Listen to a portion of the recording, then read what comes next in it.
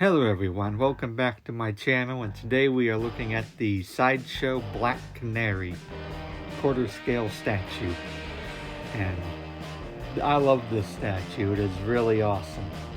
And thankfully the eyes on mine look really good. That's the thing about some of these statues when they're looking off to the side. Sometimes it looks like it's painted wrong, but on mine it looks good.